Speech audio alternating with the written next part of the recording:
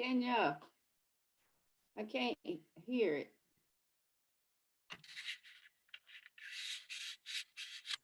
Thank you all for joining us. We're going to get started in just a few minutes. I'm trying to see how to hear it. Where the speaker is built in? Yeah.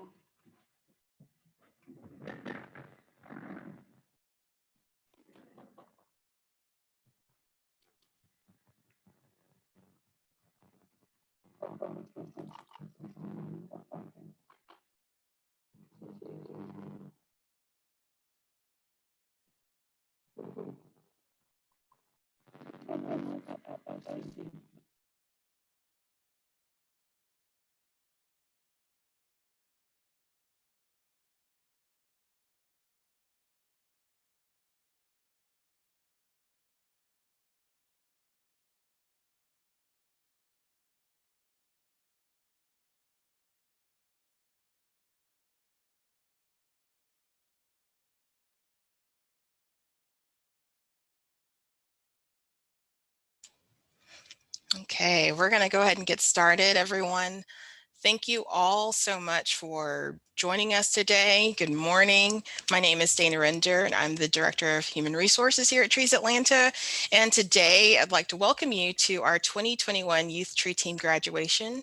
Today, we are celebrating the hard work of 33 teens who made the decision to work with Trees Atlanta this summer, and I'm extremely proud of this group and their commitment to being environmental stewards in the community this year. So today's agenda, we will give you a little bit of a glimpse of the past 7 weeks where the students learned about money management, arboriculture, and other professions, and also the realities about being a responsible employee. Additionally, you're going to hear 4 presentations regarding the culminating project called the Capstone. And this is where the Youth Tree team members were given the opportunity to create a creative solution for an ongoing contract of work that we have at the organization. And then lastly, we're going to take some time to recognize a few of the employees that performed exceptionally well this summer.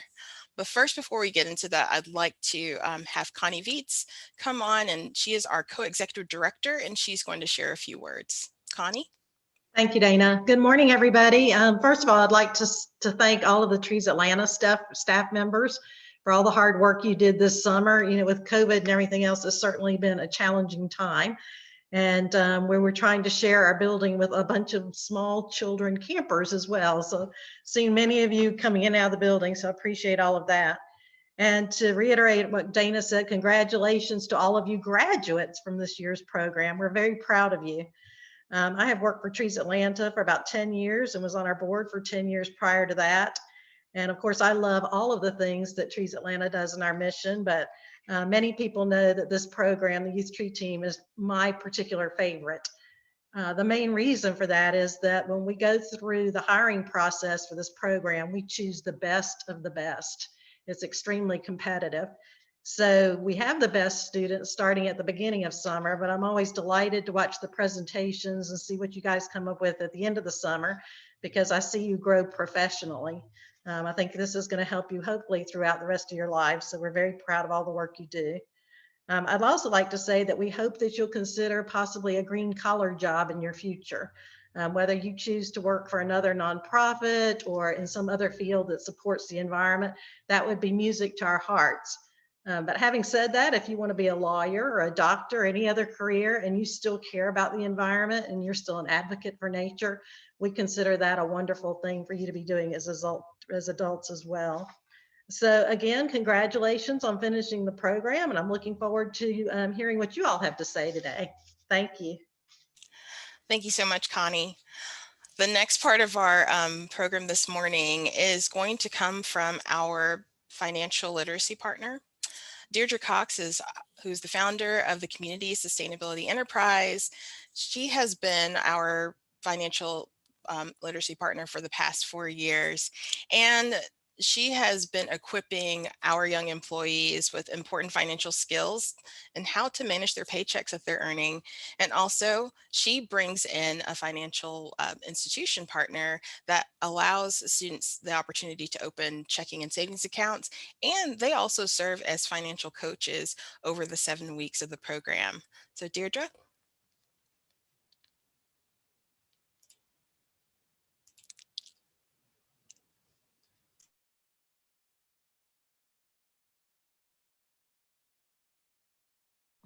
You're on mute, Deidre.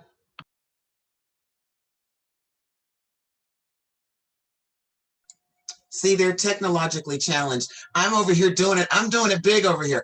Congratulations, YTTers. Congratulations. You all rock. Parents, YTT staff, I just want to thank you all for allowing us to come into your world and to enter into your homes. Because, you know, when you start talking about money, you literally have taken a seat at somebody's kitchen table. So thank you for allowing us to take a seat at your kitchen table. We were so fortunate and so blessed this year to have Fifth Third Bank as our financial partner. I believe, and Dana, you tell me if I'm wrong, but I believe this was our best year yet. Parents, I want to share with you some of the things that your students learned over the summer. So we literally had a pretty robust Tuesday. We had robust Tuesdays with your students.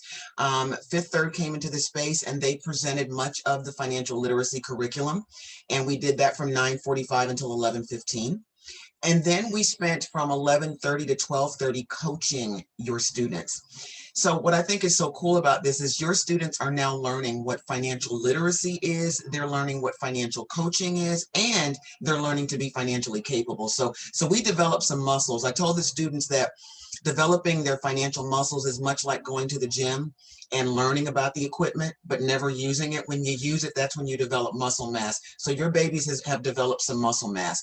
So week one, we talked about your money and your values. Let's face it, your values have everything to do with the decisions that you make about your money, right? Then in week two, we talked about budgeting and calculating how you're going to be paid, calculating and learning to identify your gross from your net income. We had quite a few rising freshman high school students, so this was a great experience for them.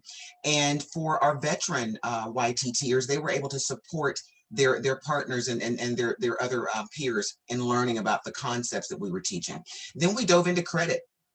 Your students are going to be bombarded with credit card applications as they go off to college. And I feel really good about the fact that those students who are going to be rising freshmen in college this year, they now know about credit. They know how to establish credit safely. They know how to stay away from it. Then we talked about home ownership. I think there's no better time than today to learn. My 38 years in the banking industry, most of that time I was in the mortgage division.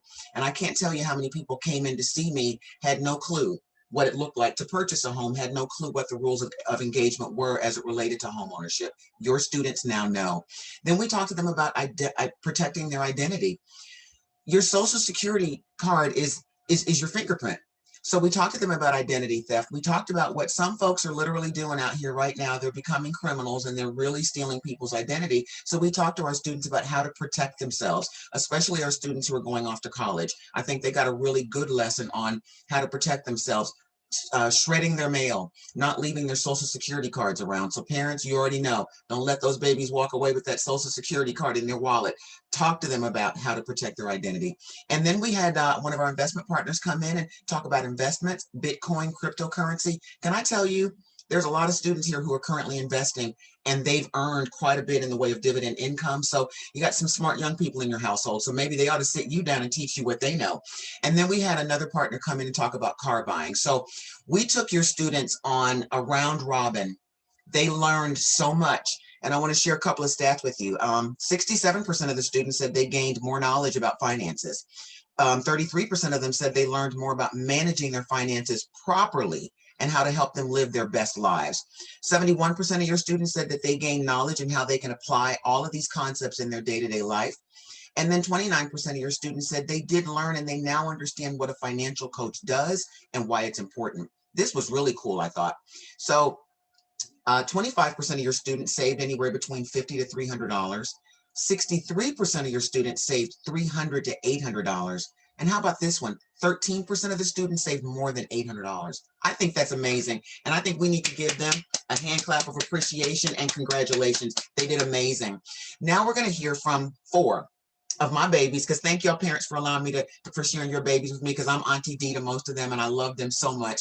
So we're going to hear from Rihanna, Ian, Gwen, and Simone, and I'm going to stop sharing my screen so that these youngins can take us to the place of learning and what they learned. So thank you all for sharing.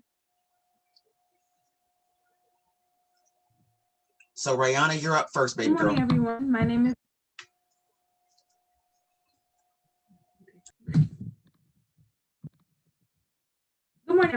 is Rihanna Copeland. I am 18 years old. I recently graduated from Blackstone Academy, and I will be attending Tennessee State University in the fall, majoring in agriculture science and a minor in environmental justice. So I first would like to give on what is financial literacy. So financial literacy is the possession of the set of informed and effective decisions with all their resources. So from the different sessions that we have learned from summer, one of the top sessions that I have taken away was talking about and dealing with credit. Credit is borrowed money that can accumulate interest over time that you must pay back to gain trust and credit score that will help you to eventually purchase your first car, a home, and a land, or etc. And I asked during one of our sessions, is it appropriate to say that a credit is like an adult report card? And yes, it is.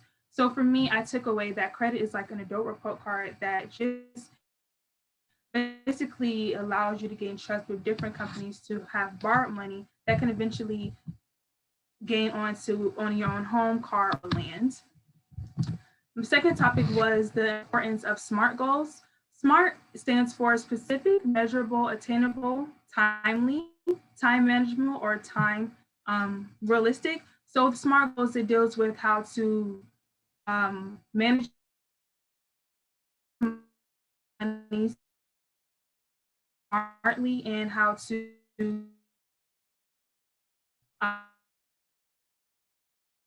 budget and just at least have $3,000 in my account before I went off to college. Therefore, I can pay for things without having a job my first semester to focus on just classes itself.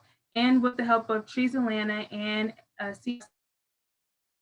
succeeded my goal of $3,000 in my bank account for unexpected.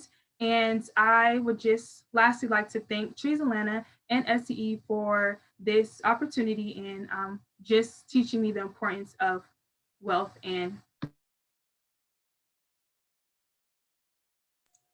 Excellent job, Rihanna. Excellent job. Thank you. And congratulations. You did a beautiful job. Thank you. Hello. Ian? I am going to be presenting a short presentation on compounding interest, how it works and what it is. So this is something it's important to know about when dealing with loans or dealing with any interest whatsoever. So interest is when paying back a loan, but it could be money in your account. It's when someone's giving you back money and they give you back a little bit more. Typically, this is like basically a fee, because if you borrow money, you have to pay to borrow the money. However, this interest can come in 2 ways. You can have simple interest and compound interest. Simple interest is where you pay a certain, like a percentage of the amount of money that you took. And that's all of your interest. So if you pay a certain percentage once a year, you'll pay that same amount each year. Compound interest, on the other hand, is interest on your interest. So it increases exponentially. And the reason why this matters is because if you're paying back a loan over many years, as compound interest is exponential, and you can see here, I have made 2 loans. One in black is simple. The red line is the compound interest. Even though it's 3% interest, over the years, compound interest gets a lot higher, while simple interest gets higher, but not at the same rate. If you are receiving the money, you probably want compound interest, but generally, if you're going to be taking out a loan for something that is going to take a little while to pay back, you want to try and get a simple interest loan. I am going to be using this for student loans, car loans, loans that take a while to pay, that take a while to pay back, because I don't want to be paying back more than I have to. And I thank the financial literacy people for teaching me about this. Thank you.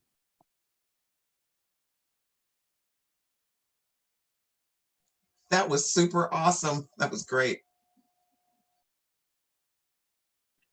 All right, can y'all see my screen okay? Or did it, hold on.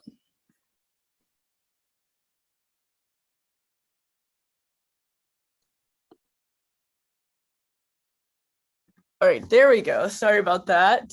Anyway, hello, my name is Gwen Kelly. I just graduated high school at the Atlanta Girls School. And I wanted to show y'all just kind of like what I learned in financial literacy and stuff like that. So the three things that I learned, the first that was like the most important was how to use a credit card responsibly.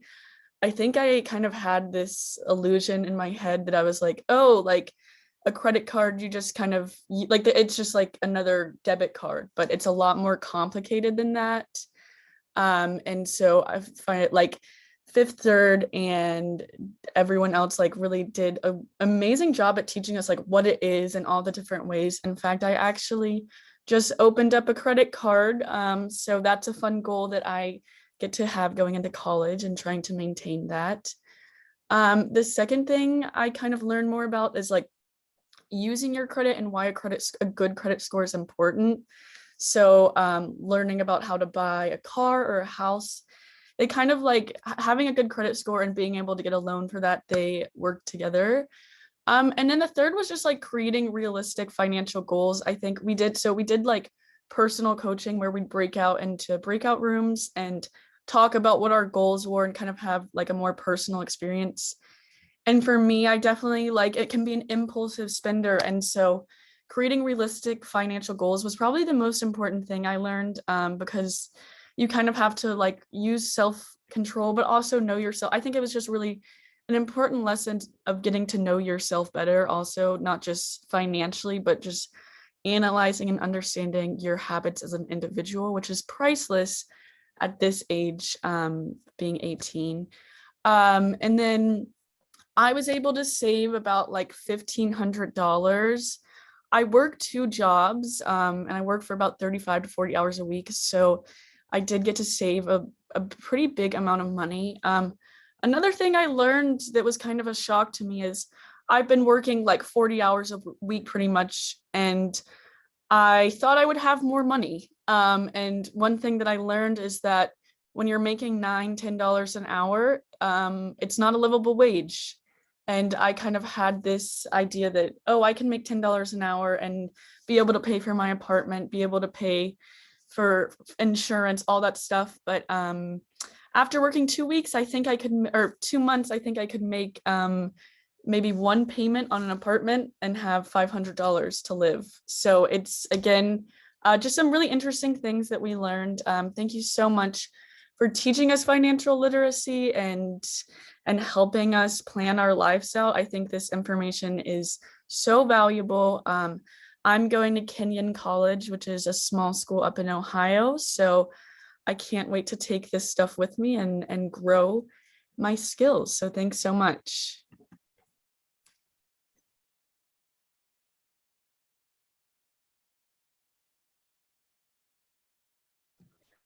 Okay.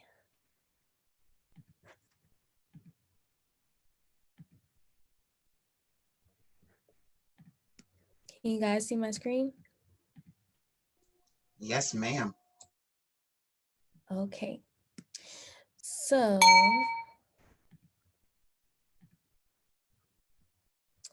hi, my name is Simone Corbin, and here's my presentation on financial capability. So some things I've learned this summer throughout the course of our financial literacy classes were how influences can impact my spending decisions. So whether that be social media or family or events or friends, just being wise with my choices and not letting influences dictate how I'm spending and saving. Secondly, values shape how you prioritize your time, energy, and money. And your values can be people, places, and things, and how you choose to spend and save. All of those values can affect how you're prioritizing your time, energy, and money. And third, understanding your values can help you set achievable financial goals. And I think it's really important to set values that are comfortable for you and to allow yourself to have some grace when it comes to spending and saving, but also keeping a goal set in mind to reach whatever dream you're trying to accomplish. How do I plan to use this information I learned in financial literacy? All the skills and lessons that have been introduced to me throughout the course of financial literacy, I plan to apply to the goals and dreams I have set for myself. These lessons are very essential to becoming a young adult and taking on new responsibilities. This information has allowed me to get a glimpse into what is needed in order to reach some of the early set goals for myself and my career path.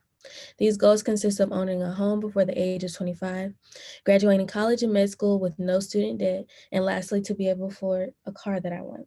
In addition, all of these goals I want to be met while obtaining good credit. And I feel like all of those goals are attainable and reachable as long as I keep an open mind in those values. All right, how much was I able to save this summer? So this summer I worked 2 jobs for Trees Atlanta, and I also worked at Chick-fil-A, which means I had multiple streams of income to save from. I saved approximately $1,140 from total from both checks, and still having enough money set aside for what I budget to spend each week. And I thought that was really amazing how we got to make our own budget plans and to really see how in the future when we have to pay our own bills and pay for groceries and things like that, how we're gonna have to be able to save and spend on necessary things at the same time. I plan to use this money to spend on a short-term goal, which was to buy an iPad for this coming school year. The rest of my money will not be spent and go back into my savings, and I will continue to save for an unexpected expenses, things I have budgeted for, and possibly to treat myself every once in a while as a reward for saving, which I think is really important. Overall, this program has taught me to spend wisely and work towards my long and short-term goals for financial goals, and learning new information about credit and budgeting. And lastly, doing all of this while keeping myself, getting myself to adapt to money and spending habits. And I think that Fifth Third and NTD have taught me a lot about becoming a young adult and responsibilities with my money. So I appreciate Fifth Third and Choose Atlanta for this amazing experience. Whew. Can I tell you, I have shed a couple of tears over here. These babies, y'all give them a hand clap of appreciation. Woo! That's why we do what we do, because it's never too early to teach young people about finances. Can I tell you, every one of you here, and I am so full right now, if I start crying, don't judge me. You all learn the lessons. You are articulating the lessons in such a profound way, and you're executing. You saved your money. You're now savers, not spenders. So I know I got to get off of here, but I got to share one more thing with you guys. I'm overwhelmed with joy. So I just want to congratulate the winners. So what we told everybody, mom, dad, and YTT, we said, listen, homework's important. So everybody had to turn in homework every week. And I don't know if you guys had your students sitting down with you going, what's this compound interest? But listen, Ian just schooled us on compound interest. So what we told students was, if you showed up to every class, because my assistant was taking roll, if you showed up to every class, if you completed all the homework, and then we gave them a final assessment, students' names went into a drawing. So I am proud to say, Dash Wong, whoop, whoop, you're gonna get $100. Cecilia Rice, $100 is coming your way, baby girl. Ella, Cheyenne, Evan, Gwen, Joshua, Ian, Vincent, Rihanna, and Jada.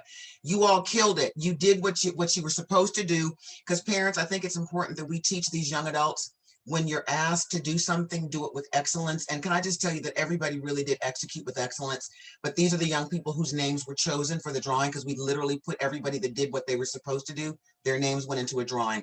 So I need every one of you whose names are on this list, I need you to email me, because what we have to figure out is how we're going to get it to you. Is it going to be a check?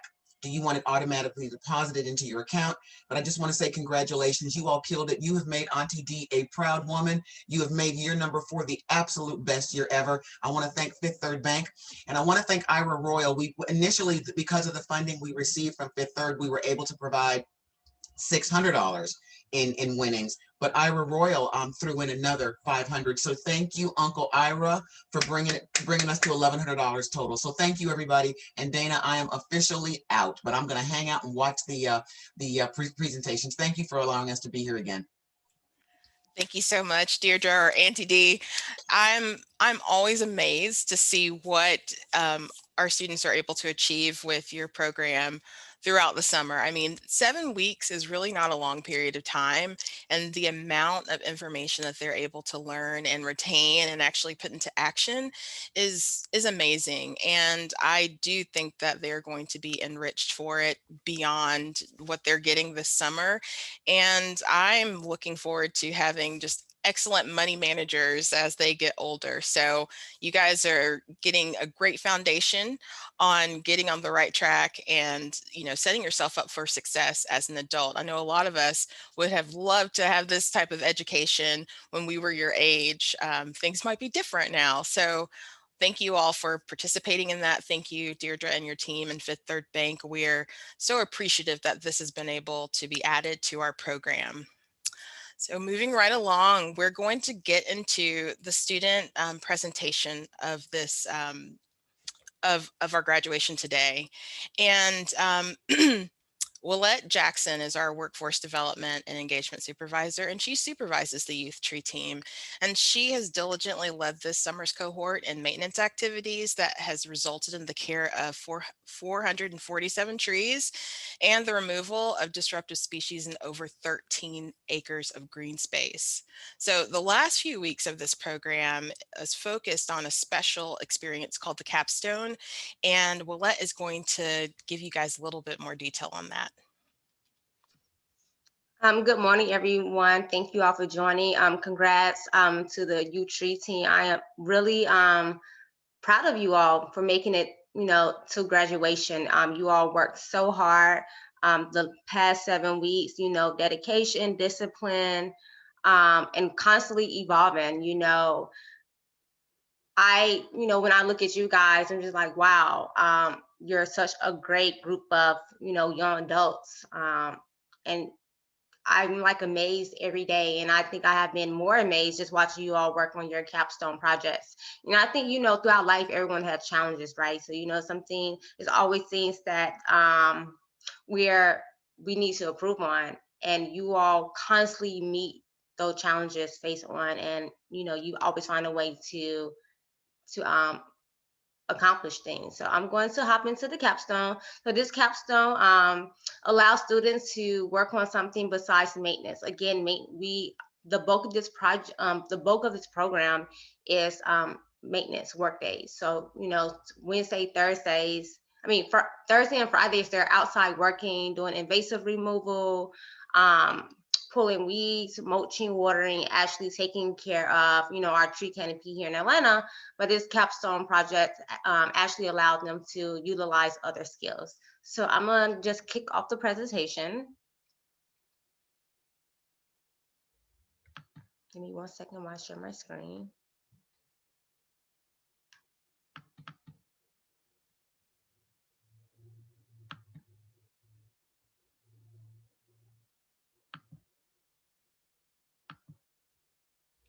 So I'm going to give you all a little background about the John Lewis Flowering Forest that the students work on. So honoring John Lewis.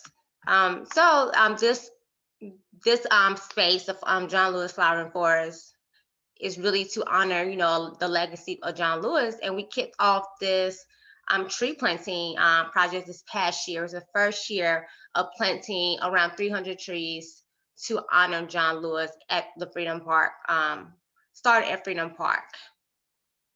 So phase 2 will take place, you know, this year, 21 to 22.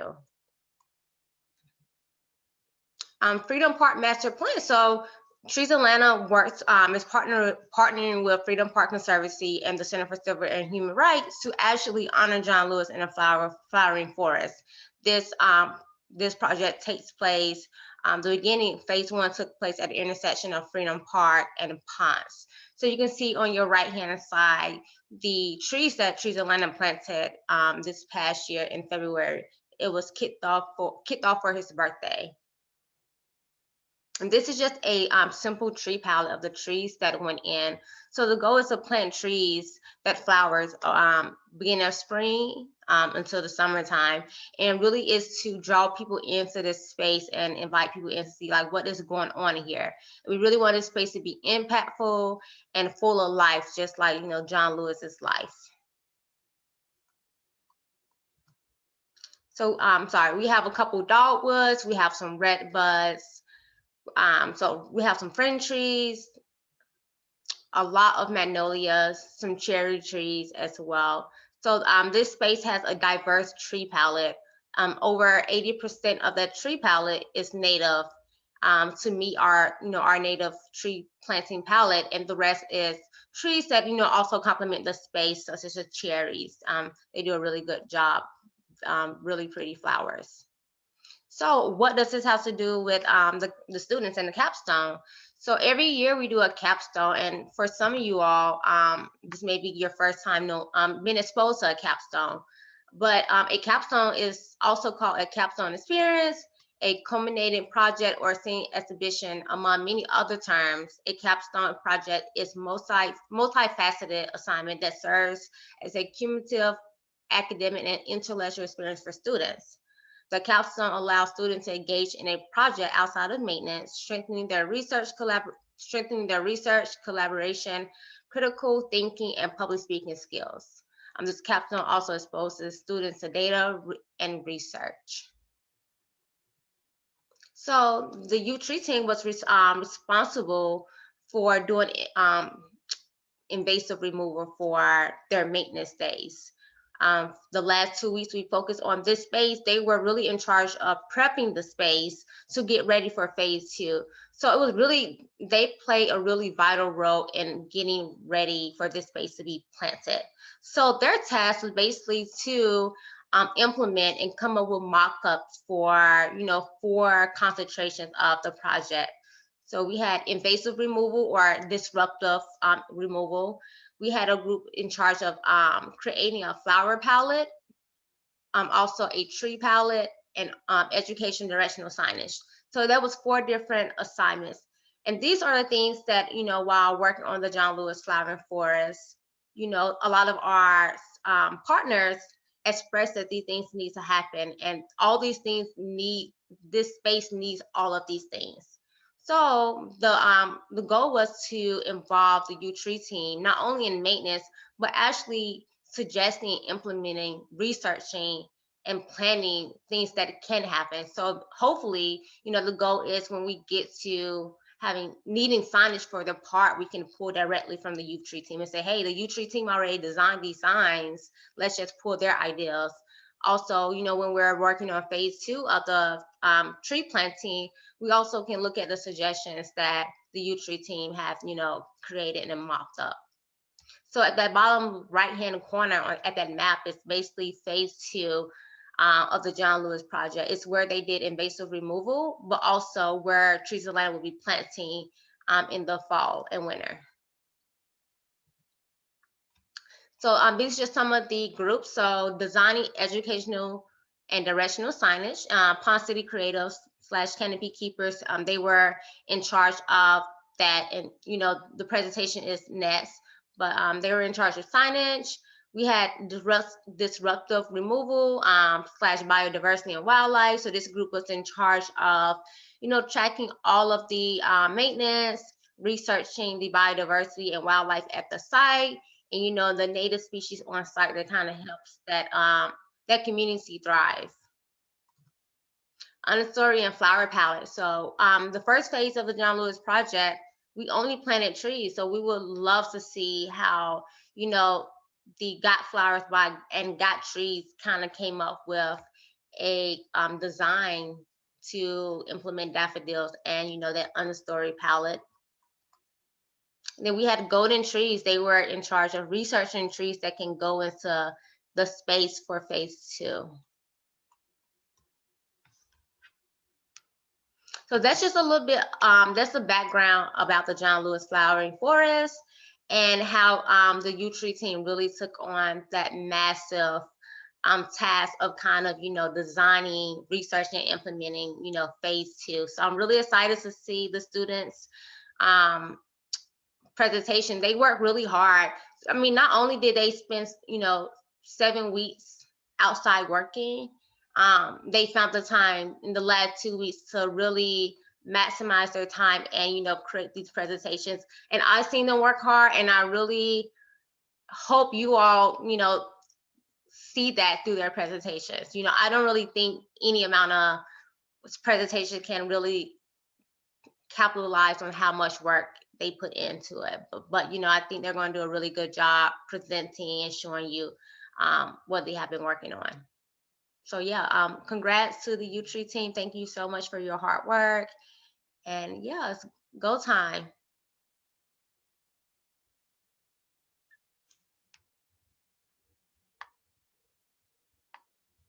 So I'm just going to introduce the first group.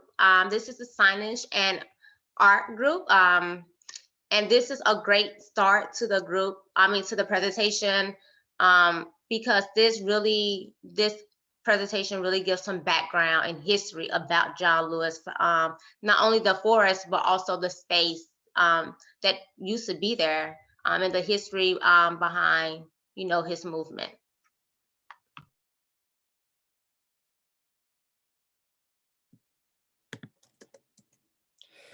Hello, our group name is Canopy Keepers and our design firm name is Pont City Creative. Our job on the John Lewis Freedom Parkway is to provide information and proper context to the historical significance of the park. We were given this task because the space is confusingly bare and lacks context. We created ideas for things like signs in addition to providing ideas for art. My name is Gabe, I'm the project manager. My name is Evan, I am the budget manager. Hi, my name is Aaliyah and I'm the data manager. Hi, my name is Vincent and I was a technician.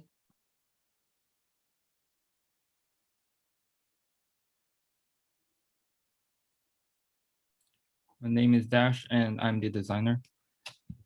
Hi, my name is Cora and I'm the photographer. Hi, my name is Alec and I'm the writer.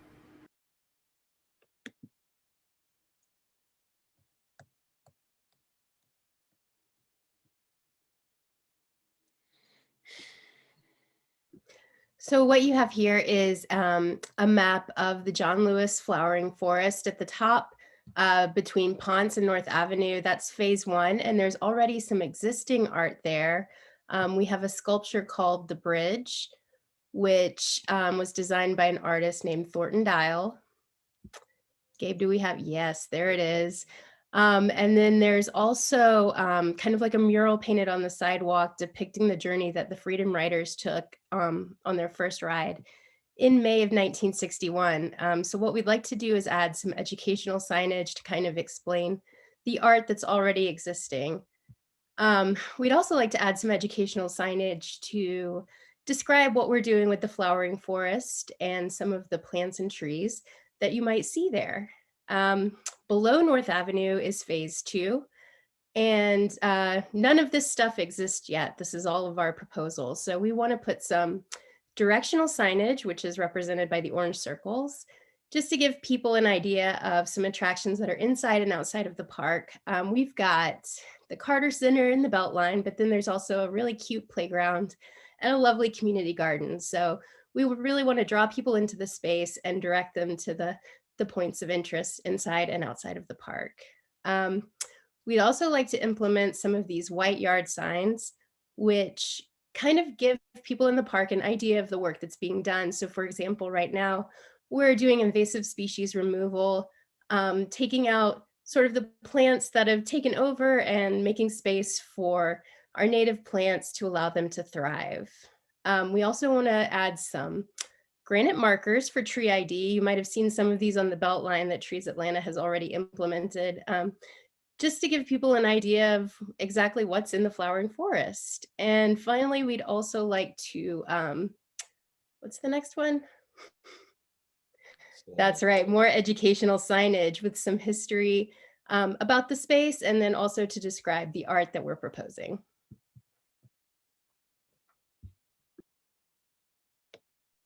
Okay, so the Freedom Rides were civil rights demonstrations organized in 1961 challenged non-enforcement of anti-segregation laws. First ride was organized by James Farmer, Director of Congress of Racial Equality, and notably included John Lewis.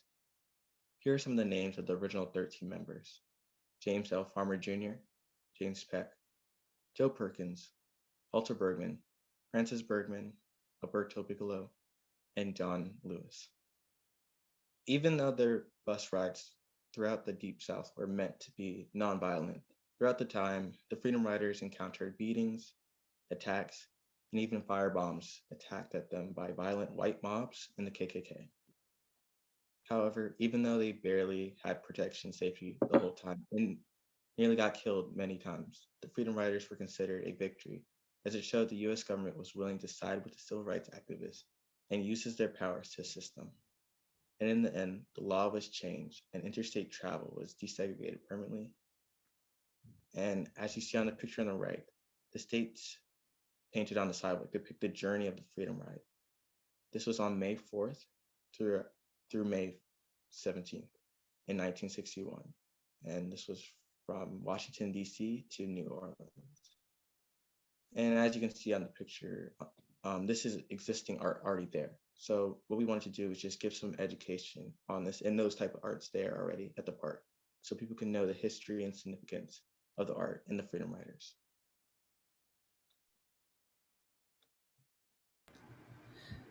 During the 1960s, there was something called the Atlanta Freeway Revolts. John Lewis became part of the largest terminal freeway revolt.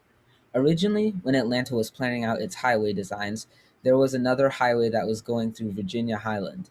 The highway was intended to be an 8 to 10 lane wide highway, and it was going to be called Interstate 485. The neighborhoods of Copenhill and McCont Highland were demolished to build the highway. The bridge, located right next to the north entrance of John Lewis Freedom Park, ties into Lewis's work trying to save the neighborhoods alongside others who lived in the area.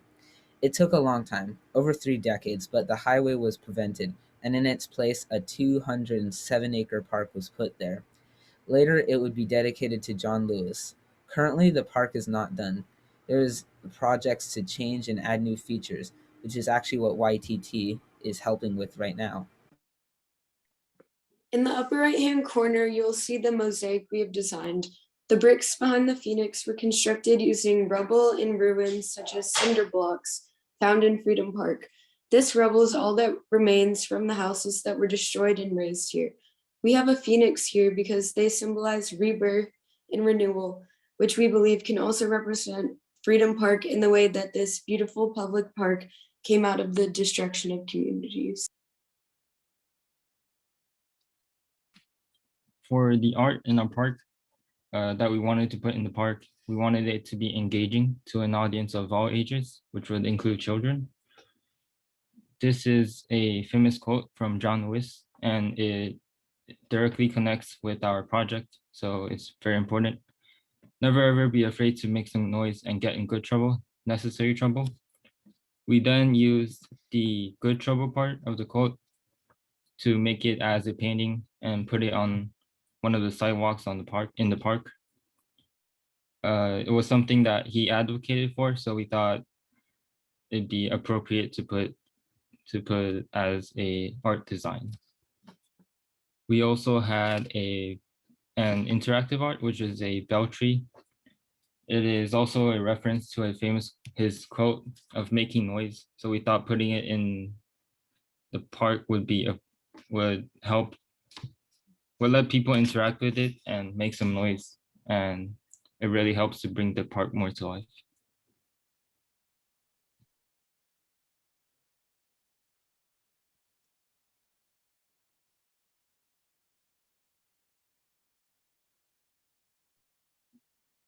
Could you go back? This is a before shot of a green space in the park. And after that is what we're planning on doing with the painting on the sidewalk and the bell tree in the background.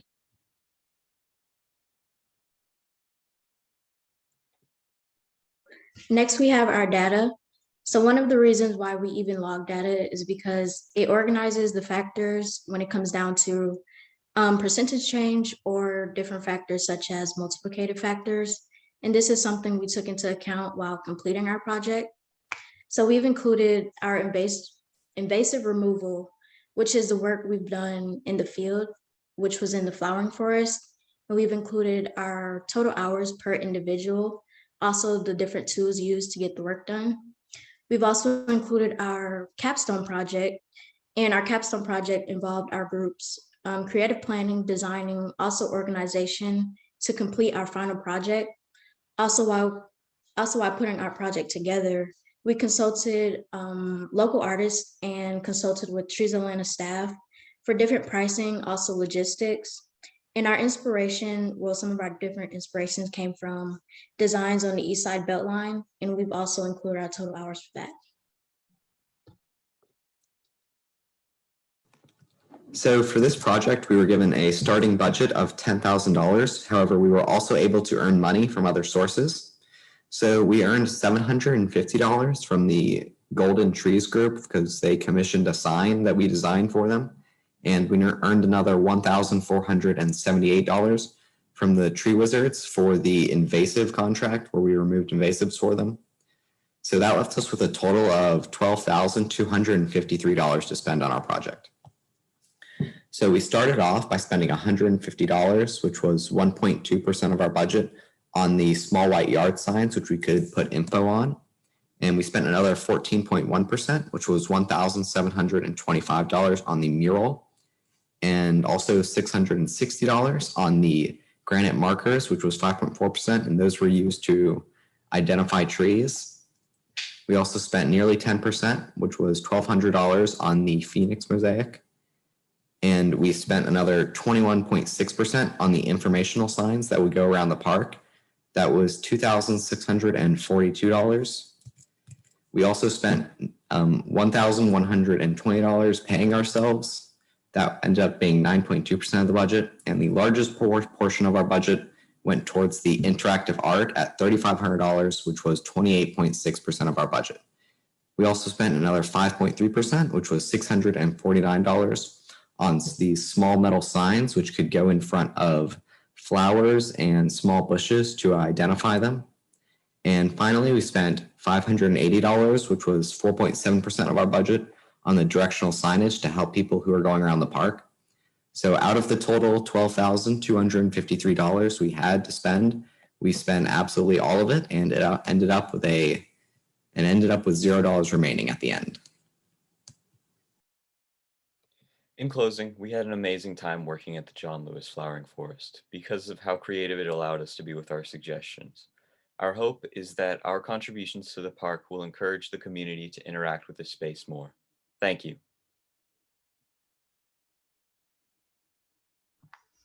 Thank you so much, Canopy Keeper / Creative. I'm sorry, Palm City Creatives. Great job. I really love the history that you all put in the presentation. Right now, it's really no signage in the John Lewis Flowering Forest. So I'm really very hopeful and excited to see if we can implement a lot of these ideas throughout the space. So thank you all so much. Next, we have Tree Wizards. They were the Disruptive Species / Biodiversity and Wildlife Group. They're going to give us a great presentation as well.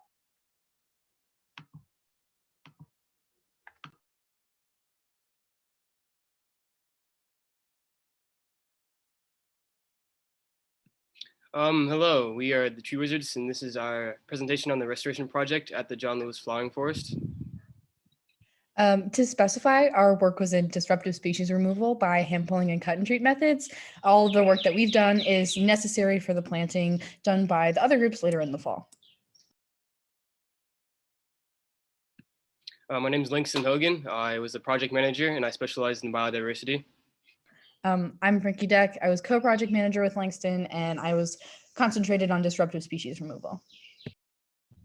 I'm Ella Dittmer. I was the budget manager, and I specialized in native species. Hi, I'm Amira Wooten. I'm a technician, and I also specialize in native species. Hey, I'm Antoine Rose. I am the photographer, and I specialize in biodiversity. Hi, I'm Tobias Lowry. I was a technician, and I specialize in biodiversity. Hi, my name is Gwen Kelly. I was the data manager and I specialize in disruptive species removal. All right, so I'm gonna give y'all the quick breakdown of biodiversity and how did we make an impact in it. So biodiversity refers to all the variety of life that can be found on Earth, as well as to the communities that they form and the habitats in which they live. Biodiversity boosts ecosystem productivity, where each species all have an important role to play. Biodiversity and vegetation transfer into a more diverse animal population because it supports different types of animals and their various needs for survival.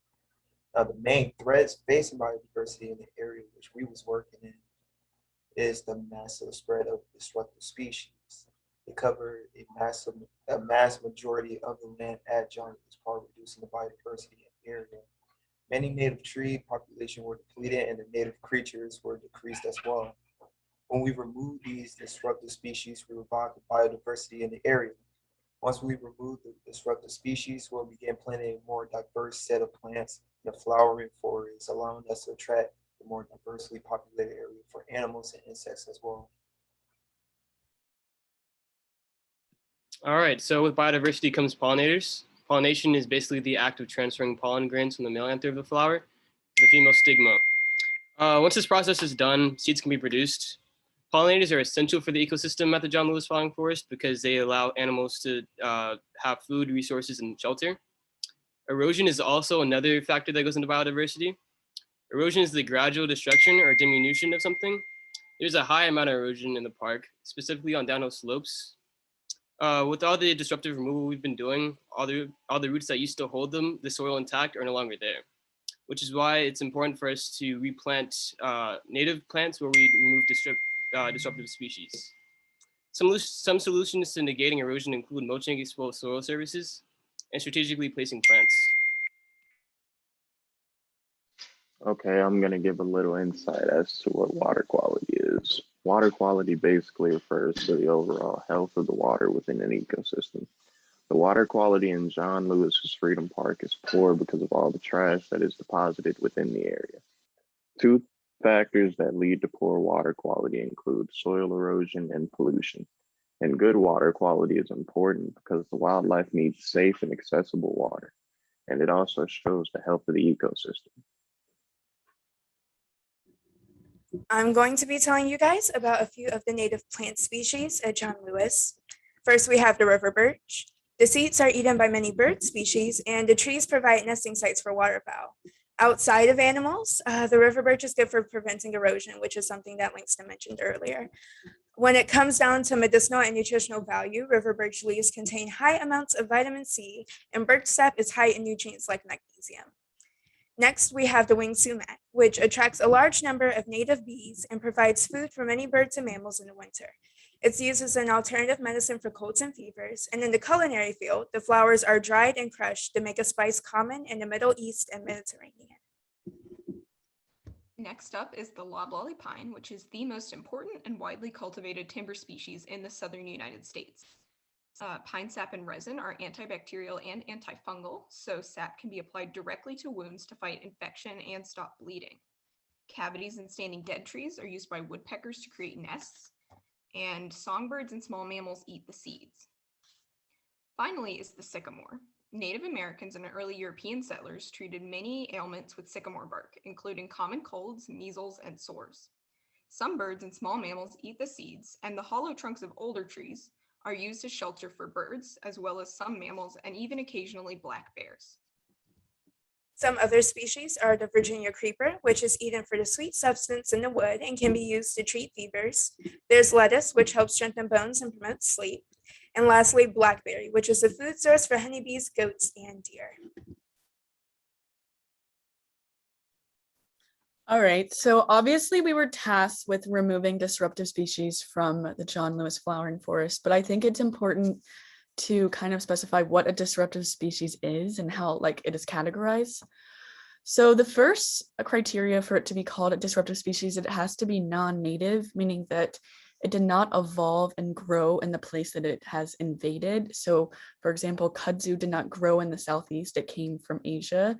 And the second is that it has to be harmful to the environment. So oftentimes disruptive species will compete with native species for limiting resources such as like food, nutrients, water, space, sunlight. And oftentimes the problem with disruptive species is that they are going to outcompete the native species. So all the benefits that my team talked about from biodiversity and native species are at risk when it comes to disruptive species. I don't know if you've ever been driving and you've seen like kudzu growing up a tree. Oftentimes kudzu will literally take the tree down. And so that really just diminishes the value of the ecosystem that it's in, and it's important to be able to remove them.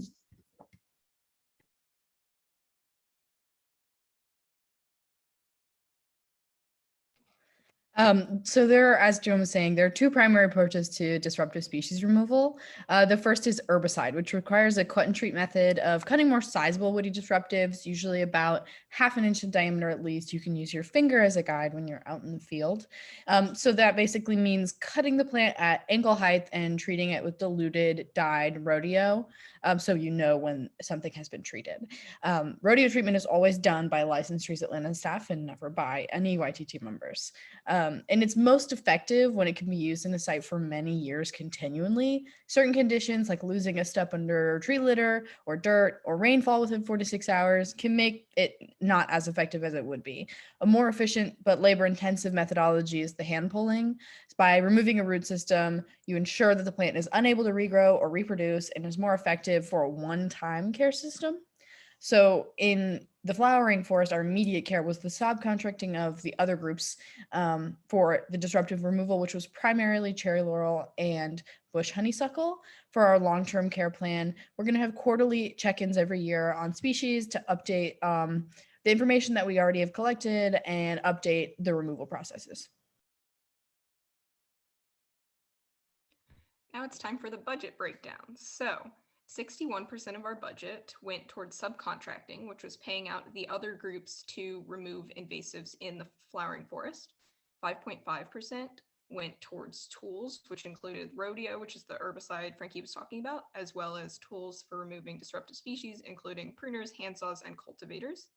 8.5% went towards emergency funds, which just covered any emergency costs that would arise during the project, and the rest of that money went to the long-term care plan. And the final 25% was a donation to Atlanta Mission, which is a homeless shelter, and Frankie will explain the reasoning behind that. So in the process of all of our disruptive removal in the flowering forest, we encountered several established camps for unhoused people where the protection from the streets and exposure were the species that we were removing. So in order to balance the way that we were aiding gentrification, we chose as a group to donate $2,500 to the Atlanta Mission for homeless support, especially considering the current growth of the Atlanta Homeless Union and their demands on City Hall.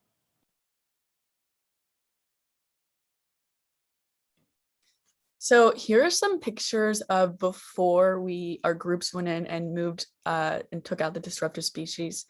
As you can see, it is a very thick vegetative cover. Like in the first two pictures, you can't even see past those trees.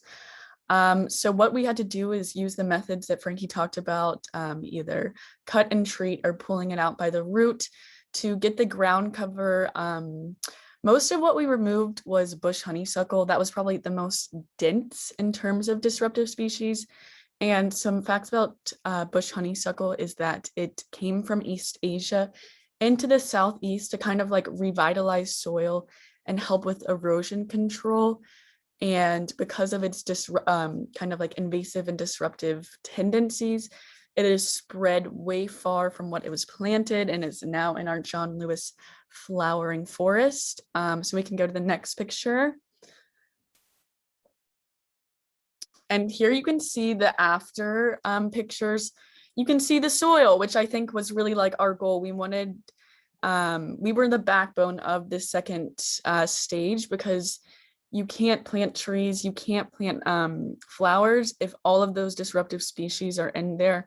That's a big part of Trees Atlanta is like planting trees, obviously. But if this disruptive species are so rampant in Atlanta that is a big part of what we had to do. In terms of some numbers, We worked in the John Lewis Flowering Forest a total of 12 hours, and the total area in which we calculated was 133,000 square feet.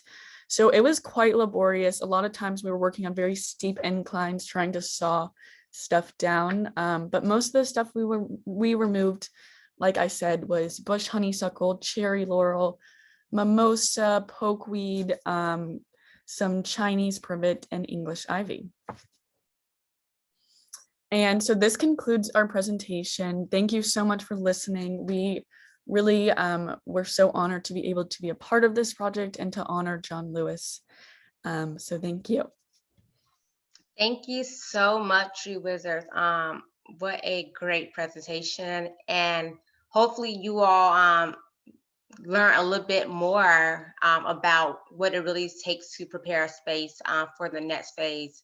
You all did a great job collecting all the information, showing before and after pictures, really, showing a great visual of what was there before, which you all had to remove. So really, really good job. Next, I will be presenting, the next group presenting will be going over our understory and flower palette. So we have Got Flowers by Got Trees. Hello, my name is Cecilia Rice. I'm the technician of this group, and this is our flower and understory palette in Freedom Park presented by Got Trees. Good morning. My name is Darion Lister. We are Got Flowers by Got Trees, and at Got Flowers, we strive to honor the life and legacy of John Lewis through beautiful, creative, and ingenious flower palette designs. Our project managers are Ian and Nicola. Our photographers consist of myself and Joshua. Our data managers are Angel and Umar. The budget managers are Jasmine and Enzo. Our technician is Cecilia, and our assistant coordinator is Tito. Hi, everybody. I'm Josh. I'm the photographer, and I'm here to talk to you about forest restoration. For 2 weeks, we scoped out the work site and pulled disrupted species, such as air potato, kudzu, privet, and cherry laurel. These species, while non-invasive, are not the best options for planting, as there are much more beneficial plants. We'll actually discuss those ones later, but for now, I'm going to turn this over to Ian for him to explain about the plants that will be coming soon to this park. Hello, everyone. My name is Ian, and I'm an assistant manager of Got Flowers. I'm excited to tell you a little bit about our flower choices. We wanted to do 3 things: provide for the ecosystem, assist the daffodils, and plant flowers that look good. To help out our ecosystem in the park to flourish, we will plant pollinator-friendly flowers such as coneflowers, rosemary, phacelia, and black-eyed Susans. And to provide food to the animals in the park, we're going to be planting elderberries and blueberries. Pollinators are very important because they don't just pollinate the flowers that provide the pollen, they pollinate other flowers, and they will pollinate areas around the park. This is how we hope to improve the ecosystem. Additionally, these blueberries and elderberries, which may be good food for birds, smaller mammals, chipmunks, squirrels, those creatures will then be like prey for larger creatures, and it goes up the food chain. So every little bit that we can do to improve the ecosystem in Freedom Park helps. The second goal was help the daffodils. So daffodils really like well-drained soil, and the soil at Freedom Park is a little wet. So we would put in like blueberry plants, bottlebrush buckeye, because these plants are really good at taking the water out of the soil and making it nice and nice for growing daffodils. Of course, the final goal is to make them look good, but that's pretty easy considering, like what flower doesn't look good, right? We did try to integrate some strategy into our flower planting. So we plant multiple types of purple flower in one area. For example, we have our blue-eyed grass and lacy phacelia on the slide, and They're both about the same height, 18 to 20 inches, and they're both purple. So if one of these species dies due to disease or due to climate, the other species can fill in and continue to help with the pollination and to help the daffodils grow. Now, I have been mentioning these daffodils, but really I've been lecturing you guys on every flower except a daffodil. To tell you more about the daffodils themselves, I'm going to hand this off to Nikolai. Hello, I'm Nikolai. I'm also a project manager. We chose to plant daffodils because they bloom in February, the month in which John Lewis was born. The daffodils, in conjunction with the tree palette, will bloom together to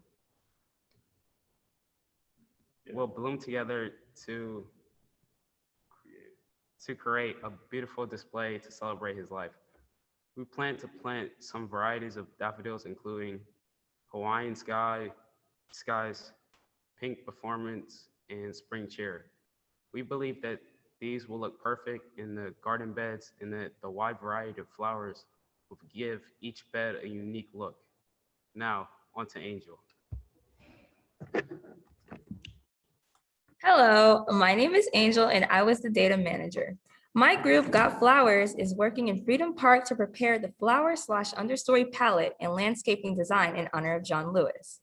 Pictured in this slide is phase 1 of this project, also known as the north side of this park.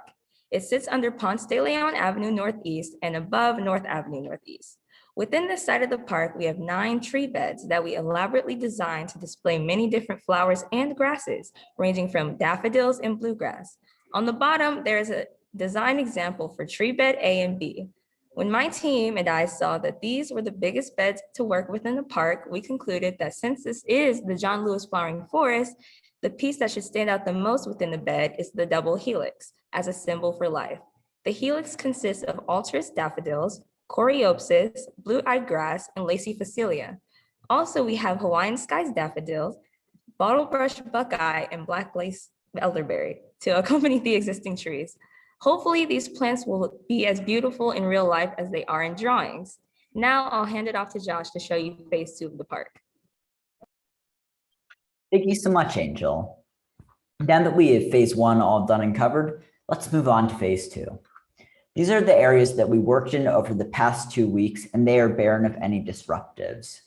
While this is good, as it opens up room for more non-disruptive plants, it's also dangerous, as if we don't plant soon enough, there could be some erosion issues. Plants will naturally stop erosion with their intricate root systems, and the old disruptives, since naturally they were plants, prevented it. Now we need to replace them, and we have chosen 2 candidates. These are the southern ladyfern and the hydrangea paniculata.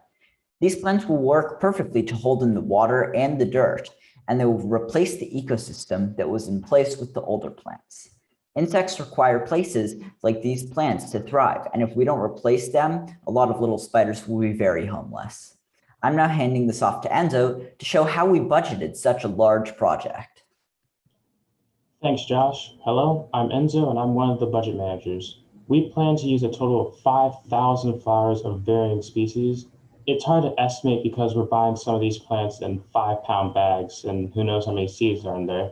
All in all, we need to cover about 6,000 square feet of space, so our money is used up. We are spending most of our money on spring cheer daffodils and vanilla strawberry hydrangea. We are going to plant wildflowers on most of the square footage. And now, at a total of 5,000 flowers, there will be about 850 daffodils. All of these flowers will be supplied by different vendors. And now, handing it over to Jasmine. Hi, I'm Jasmine. I'm a budget manager, but I prefer being called an accountant. The landscaping company we're using is called Brightview Landscaping Atlanta. I chose this company for the reviews and the price. The labor price is based on the amount of space that's being used. I received the estimate of labor costs and it was $2,400. We plan to have a backup of $2,500 in case something happens. For example, replanting, emergencies, miscalculations. We were able to maximize our budget with a leftover $285 after taxes and fees. Thank you.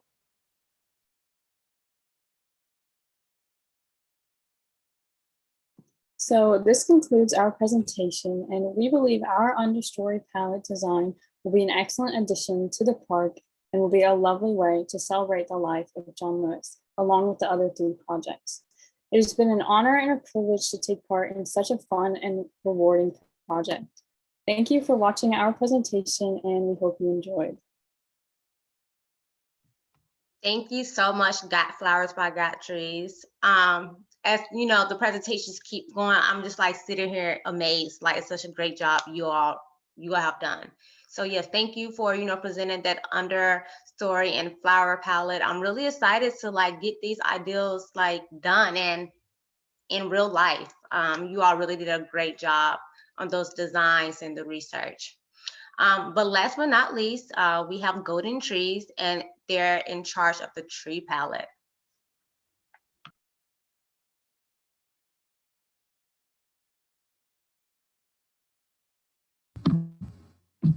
Good morning, everyone. I would like to present to you Golden Trees Incorporation.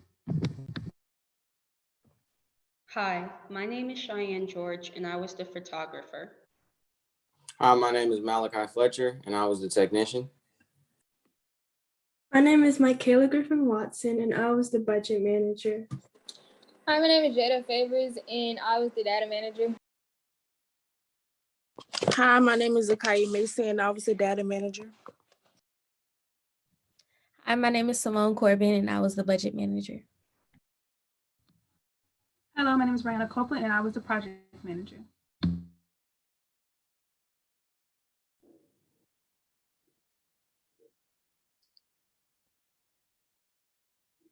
Our mission at Golden Trees Incorporation is to honor the legacy of John Lewis and his relation to Freedom Park.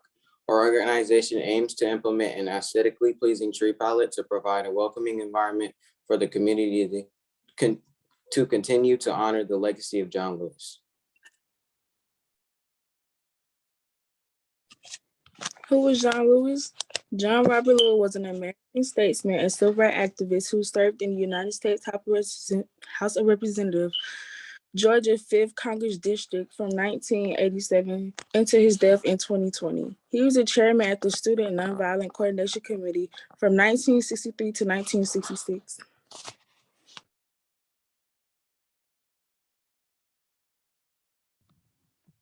Information on a tree palette. A tree palette is a selection of trees chosen for certain values that it brings to the area or space.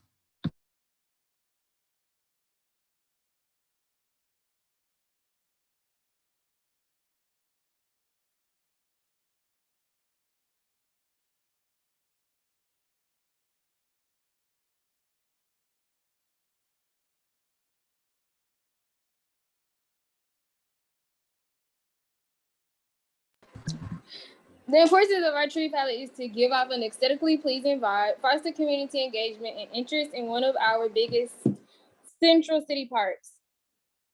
Flowering trees foster pollinators, which are vital to creating and maintaining the habitats and ecosystems that many animals rely on for food and shelter. Worldwide, over half our crops is pollinated by animals, which 90% is going into reproduction of flowering plants.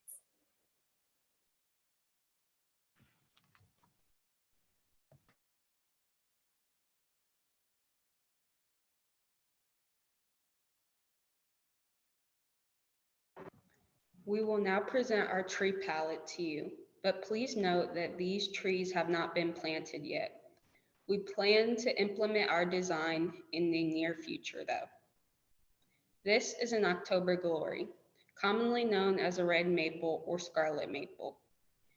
October glory maple trees can reach heights between 40 to 50 feet. And they have dark green leaves in the spring and summer, but then their leaves turn crimson or orange red in the fall. These trees have tiny flowers, and they also have samara fruits that support the small wildlife at the park. This particular tree is called a Princess Diana serviceberry, where its flowers are white and its fruits are edible. Its fruits resemble blueberries, and the tree in general can grow up to 20 feet in height and 15 feet in spread.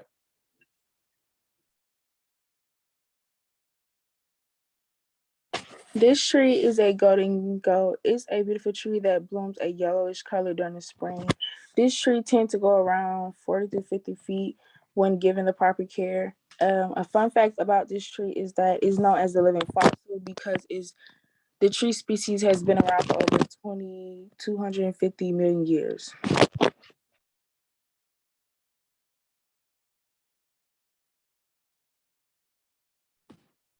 This tree is a sweetbed magnolia tree. It blooms with white flowers May through June and grows up to 20 feet tall.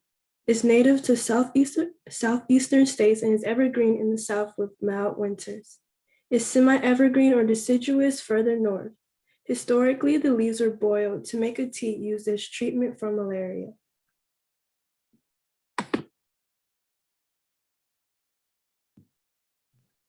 This tree is an autumn brilliant serviceberry, where its fruits are also edible, but this time its flowers change from an orangish red color in the fall to a white in the spring with a purplish black fruit used in jams.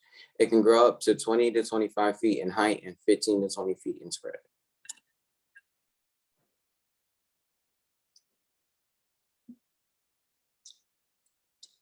This is a butterfly magnolia. It comes from a Yulin and cucumber magnolia and grows heights between 10 to 20 feet tall. And in the springtime, it blooms a canary yellow flower, which resembles a butterfly flying.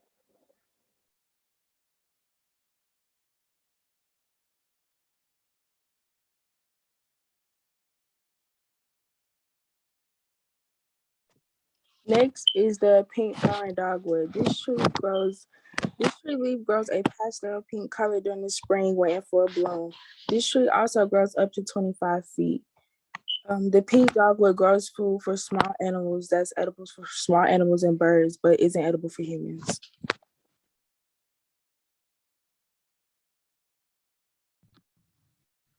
This is Little Jim Magnolia. It has green leaves and white flowers.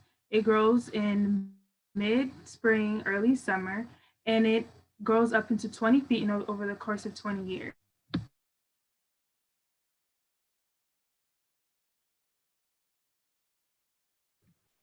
This is the red chokeberry tree, and it's a serviceberry tree which provides food for wildlife and people. It has a red auburn-like leaf, and it produces reddish-black berries. The leaves bloom during the late parts of May. It can reach heights of over 30 feet, and a fun fact about this tree is that it takes 18 months to germinate.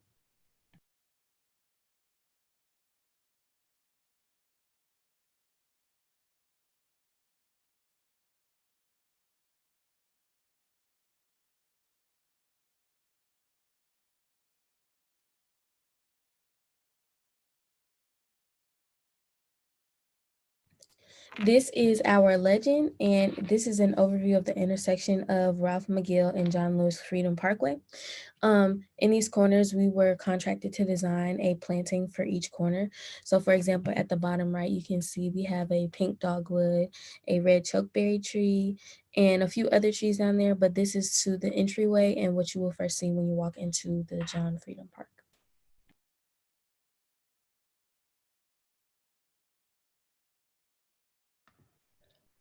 To the left, we have a before and after picture of the green space near the Ralph McGill and John Lewis Freedom Parkway intersection. We put pink dogwoods and Princess Diana serviceberries together because their vibrant colors complement one another. We also put pink dogwoods here because there were already dogwoods in the area along with pine trees and redbuds. We chose to put serviceberries here so that there would be edible fruits here that would support over 35 species of birds, as well as chipmunks, squirrels, and raccoons.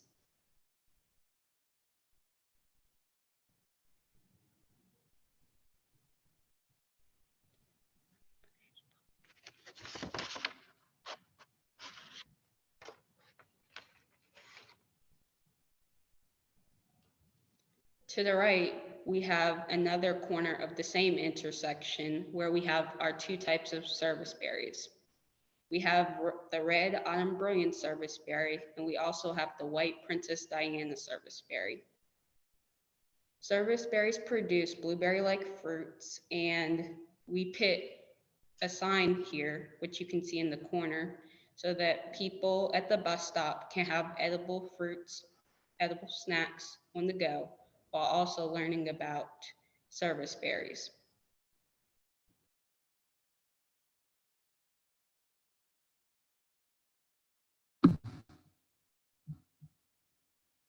Here you see an overview of all of our pictures, an overview picture of where we plan to plant all of our trees. You see we have golden ginkgos, Princess Diana's, and different trees to help our visual with our tree palette.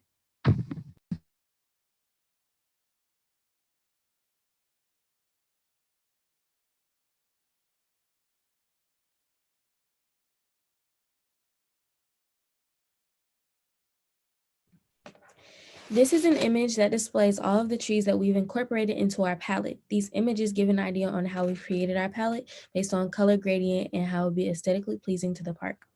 For example, we have a cluster of golden ginkgos that is right near our intersection and can bring attention to the park and maybe to interest people driving by.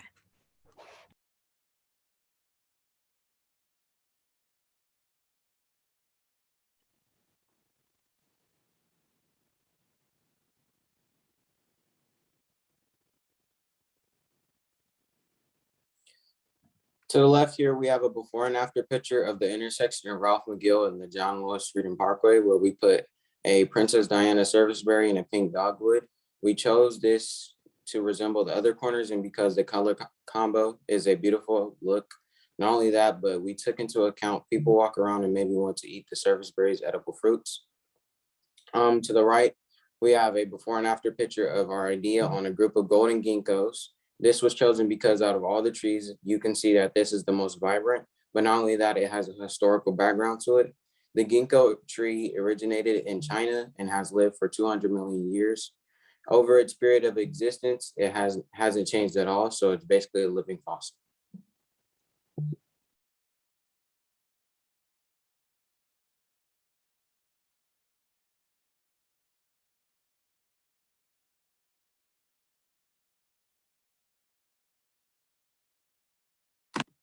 So for the budget, we created a spreadsheet, which is shown here. We chose our trees from a list of tree nurseries and looked at the pricing. After that, we went to the site where the trees will be planted and placed flags to get the correct amount of the costing we'll need. We then contracted with the canopy keeper firm to get a sign for the service berries. And we then looked on the website to get the correct amount of mulch and pricing we'd need for that. In total, we had a budget of $10,000. Altogether, we spent $6,109.75, which left us $3,899.25 left to give us room for labor and maintenance costs in the future for when we plant and maintain our trees.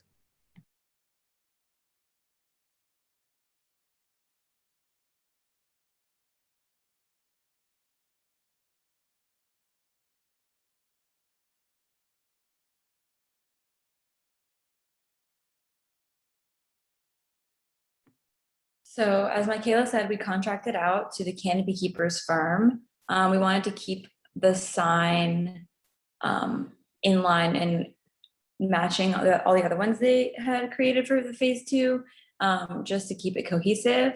But this ties into the aspect of our mission about community engagement, right? So we want people to understand what's planted here, especially when things have edible fruits, to provide access to the community to try these things and to be able to identify them on their own. So we have a sign, a little mock-up for a sign that would get placed near the service berries planted near the bus stop at the intersection that we spoke about before. And it turned out really lovely and is pretty informative and a nice way to draw in the community.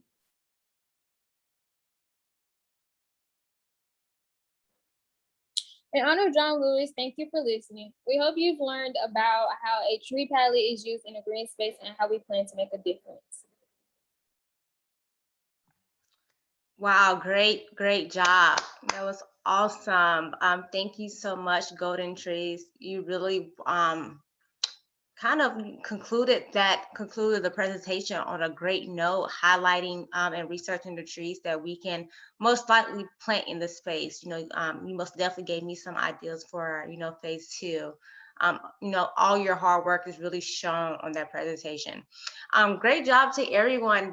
I am so proud, to for all the YTT members, the assistant coordinators for really guiding and leading the team. You all really put this together. It really shows, how diverse and how skilled everyone is, to see, the graphic design works, to see that budget and data come together, to see the presentations. You all are well ahead of your time. A lot of these skills that you have, you're going to need in the near future. You learn great public speaking skills and how to present, Zoom presence. Just an overall great presentation. I don't think I can say that enough. Everyone did such a great job. Pat yourself on the back. I definitely echo that, Willette. These have been amazing to listen to in their finality, and you guys have worked hard. We've seen your hard work over the past couple of weeks, so you should be extremely proud of yourself. So we're now getting into the last part of our presentation and graduation ceremony today, and we're just going to, reintroduce you guys to the team, but also just thank a lot of people who have been working with us. First of all, parents and guardians and family members, thank you for allowing your students to participate and work with us as employees over the summer.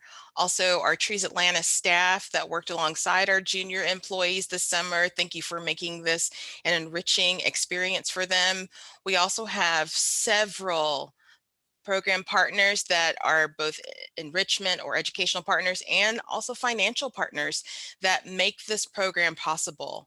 We would not be able to do this program without all the support that we get. Additionally, I'd love to give a shout out to Willette and her team of assistant coordinators.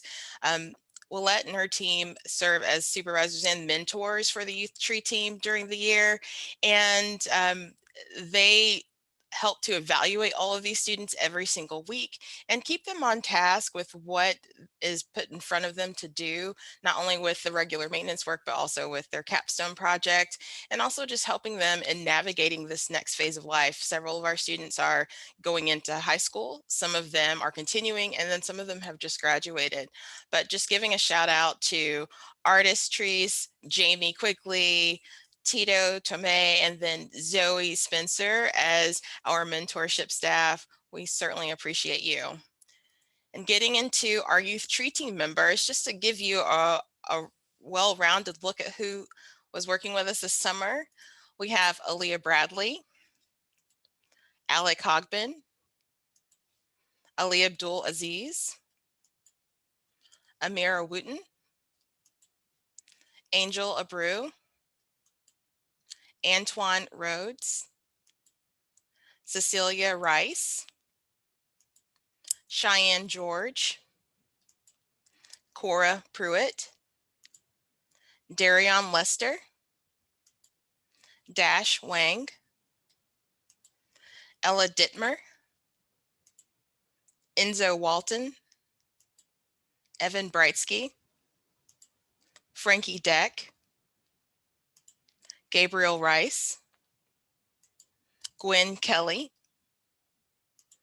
Ian Hogbin, Jada Favors, Jasmine Simmons, Joshua Averin, Langston Hogan, Malachi Fletcher, Michaela Griffin Watson, Nikolai George, Reginald Coney, Rihanna Copeland, Simone Corbin, Tobias Lowry, Umar Abdul Aziz, Vincent Walton, Xavier Poindexter, and Zakiah Mason.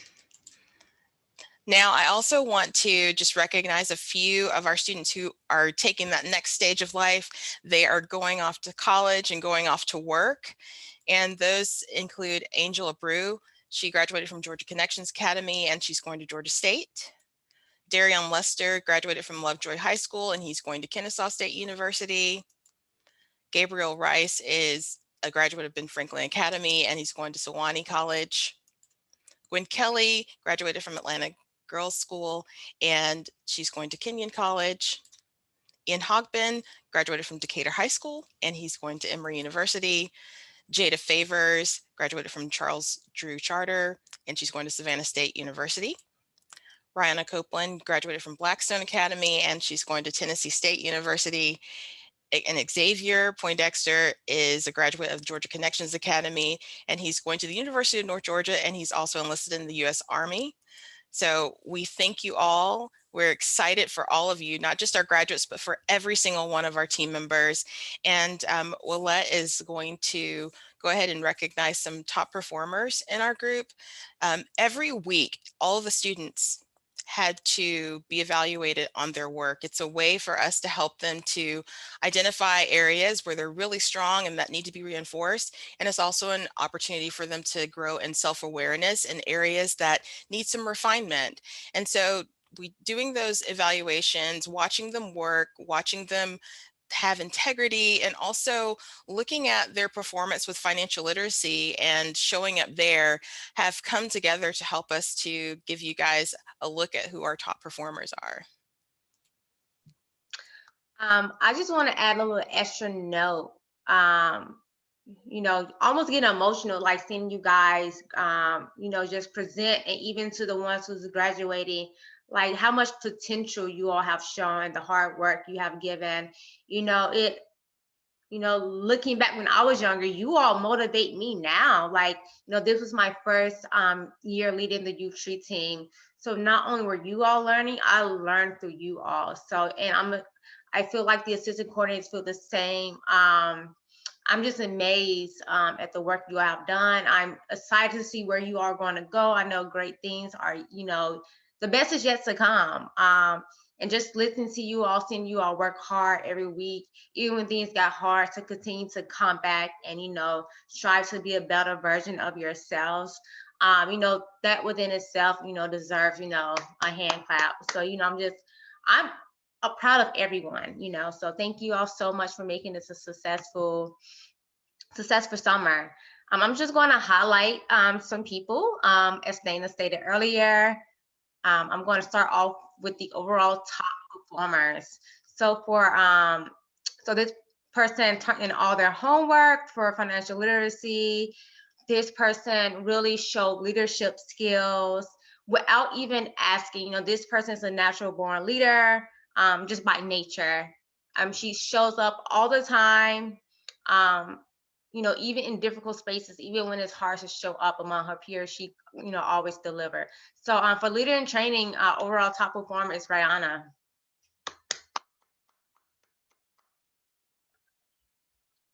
Thank you so much, Rihanna, for you know, being a part of this program. I know you're going to do great your first year of college. So I'm really excited. And you know, thank you for making this, you know, 4 years of U-Tree team a success. For overall top performer for YTT member, we have Ella. Ella is, you know, she always shows up. She does her work. She's well behaved. You know, she helps others. She likes to share her knowledge. I have never had to pull Ella to the side and say, "Hey, Ella, do this." She always take initiative. You know, I have only great things to say about Ella, you know, so I'm really, and she has, you know, been with Trees Atlanta, you know, for a while, you know, her family volunteers. She did, I believe, you know, camp with Trees Atlanta. So I'm really, really excited that we had her this year with the U-Tree team, you know, so congrats to you, Ella. Thank you. So those were, you know, our top performers.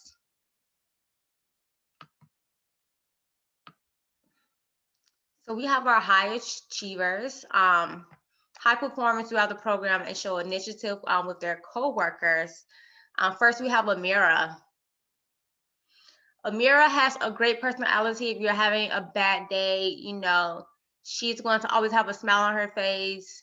One thing I really admire about Amira, she gets there at 7 o'clock. She may have the longest commute when it comes to getting to Trees Atlanta, but she's going to show up and she's going to show out and she's going to perform. And she works hard. She's a well-spoken young lady, and you know, I really appreciate her being a part of the U Tree team this summer. So thank you so much, Amira. I have Ian. Ian has done this program in the past, and he always, you know, he's again one of those natural born leaders. You know, anytime, you know, the crowd is too loud and I need to say something, Ian's going to gather the crowd. He's going to make sure that, you know, I have the space to speak. He, you know, encourages his teammates. You know, he's just, you know, overall great team player. So thank you so much, Ian, for working hard this summer. You know, a hand clap for you. And, you know, and good luck. I know you just graduated, so looking forward to what's to come. Next we have Alec. Thank you so much, Alec. One thing I really appreciate about Alec, he's curious. You know, he's going to constantly ask because he wants to know. He's not embarrassed about if he's asking too many questions. He wants to know how to do something right. He wants to constantly gain knowledge.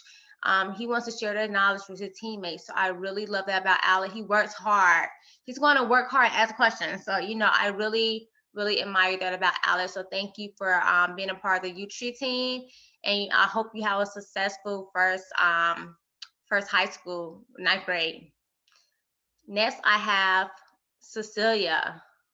Cecilia is another really consistent worker. I have, again, never had to pull Cecilia to the side and say, hey, Cecilia, do this, do that. Like, she takes initiative. She motivates others just by doing her work consistently. She shows up and, you know, always, you know, set the bar for others. So thank you, Cecilia, for being such a great team player. And, you know, this is an example of, you know, what a leaders look like. You know, a leader doesn't always have to be loud and in front of the crowd. The leader is, you know, is leading by example. And Cecilia does a great job with that. Next, we have Gwen. So, you know, Gwen is, you know, has a lot of knowledge. She doesn't mind sharing with her teammates. She always works hard.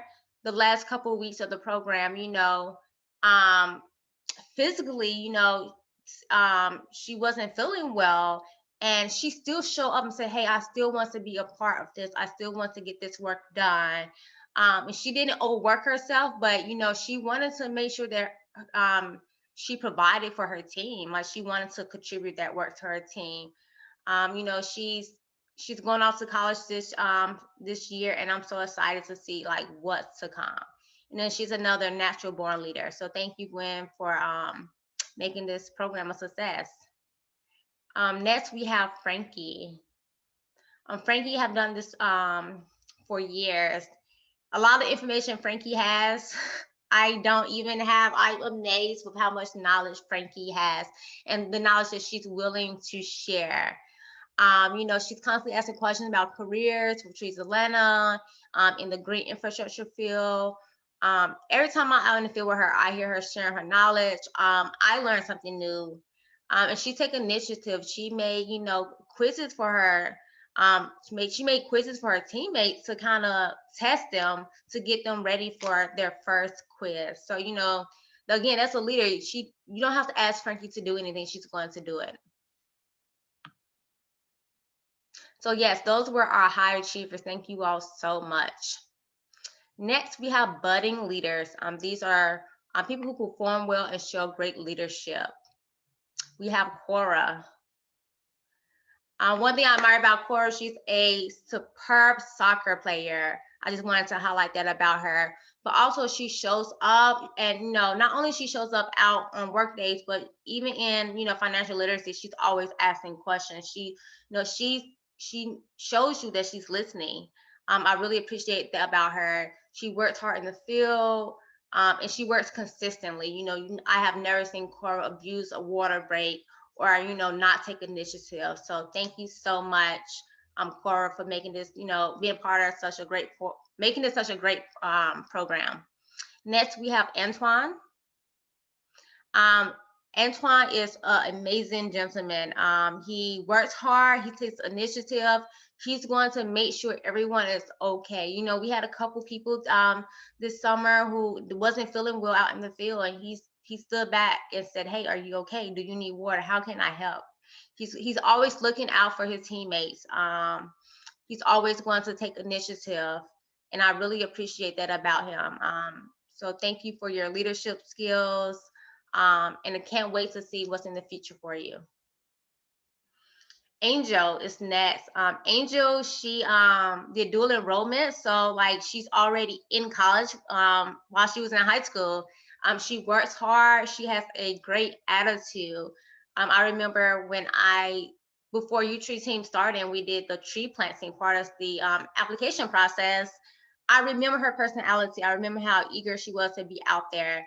And she has great leadership skills, and that really, came through doing capstone. So thank you, Angel, for your leadership.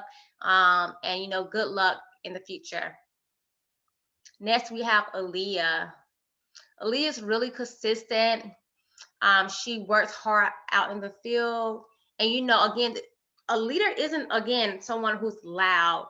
It's, by leading by example. So she encouraged others just by her work ethic.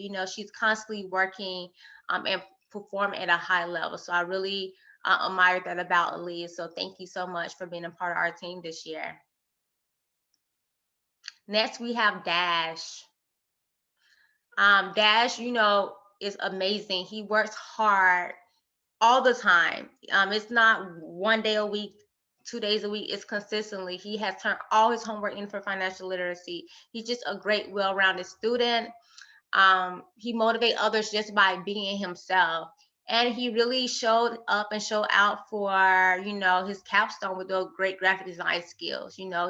That was a huge contribution to your team. So thank you for, being who you are, for being consistent and working hard. Next, we have Evan.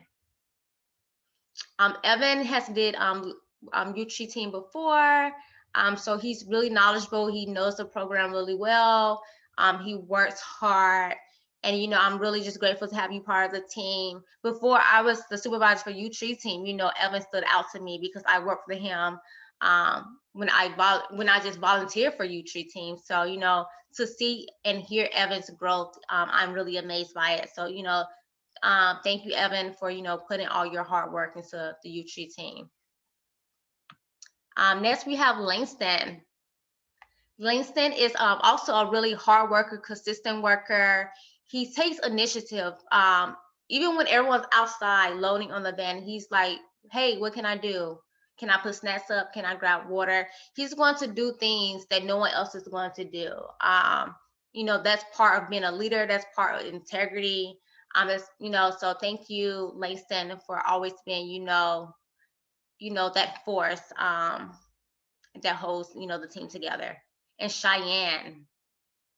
Cheyenne is, a spirit to be dealt with. She's going to motivate the whole team.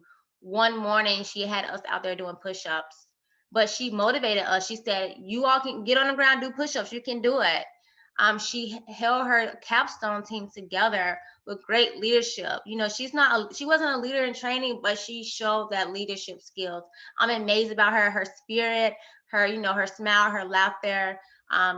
She really spread that cheer, throughout U Tree team. So thank you so much, Cheyenne, for being who you are, for being a leader, and I'm look forward to seeing you in the future. U Tree team as a whole did a great job. I just wanted to acknowledge those people who took the extra initiative, who were consistent, who did their homework, who paid attention, who made my job easier, the assistant coordinator's job easier. We really appreciate you all. Not only did you all learn, but I learned through you all. You all really motivated me to, keep going. I'm just really excited for all of you all. So thank you all for making this such a successful summer. Awesome. I'm super proud of everyone. every summer is just really great to see what the cohort does. And we're wrapping it up. It came really quickly and it is over really quickly. So we know that you guys have a lot coming up to get ready for. And one, we thank you so much for joining us today and celebrating all of our junior employees with Trees Atlanta. And we are also looking forward to getting ready for next summer. So with that, I'd like to turn it over to Connie Viets to give some closing remarks.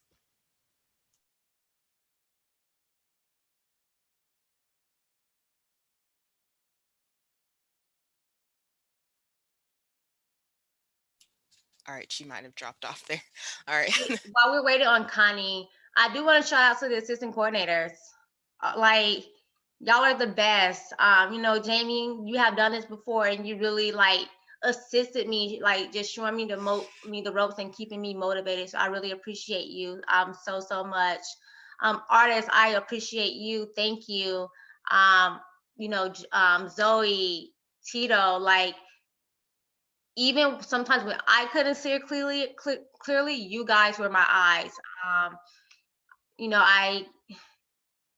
we learned together, like we figured this thing out together. And you know, some days were not easy, you know, because you know, 4 out of 5 of us did not do this last year. So you know, we had to lean on one another for knowledge and for growth, to stay motivated, and to figure things out. Because you know, I try to stress to the U3 team that we're learning too. We don't have all the answers, right? You know, life is about constantly learning, evolving, developing. And we did that together as a team, everyone. So, you know, I know some days we had to like show some tough love. And that was hard because, you know, we try to lead in a way we wanted to be led as young adults, right? So thank you all for just being patient, you know, with us. You know, for realizing that, hey, we don't have all the answers, but we're going to figure it out together. And you know, this year we did great, and I'm looking forward to an even better year next year, right? Because each year is just going to get better. So you know, thank everyone. And Dana, thank you for, you know, giving us the ropes to, like, giving us the leeways to figure things out. And thank you to the parents for allowing your young adults to be a part of this program, for trusting us to give them this knowledge. So, you know, just wanted to say thank you. And this is Auntie D. I just have to. Yeah, I said Zoe, artist, Tito, Jamie. Did I miss anyone? YTT.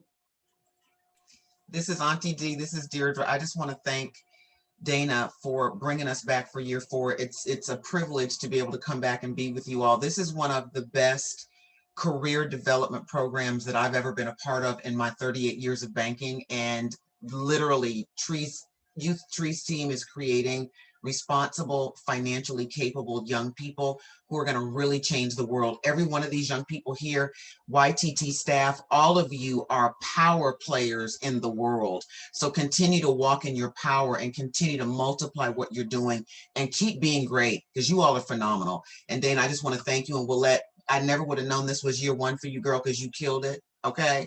And thank you for sharing your financial prowess and experiences in the financial space. Anytime an adult can share their gifts, their successes with young people, it's not falling on deaf ears. And I think that you all allowed yourselves to be vulnerable in front of the students, and that's going to cause them to be vulnerable with themselves as they develop their financial muscle mass. So again, thank you, everybody. Parents, I can't thank you enough for allowing us to be a part of your children's lives. So thank you. And I speak for Fifth Third as well. Thank you. All right, everyone. Thank you so much for joining us. We look forward to hearing from you over the next few weeks as you start school and throughout. Have a great day.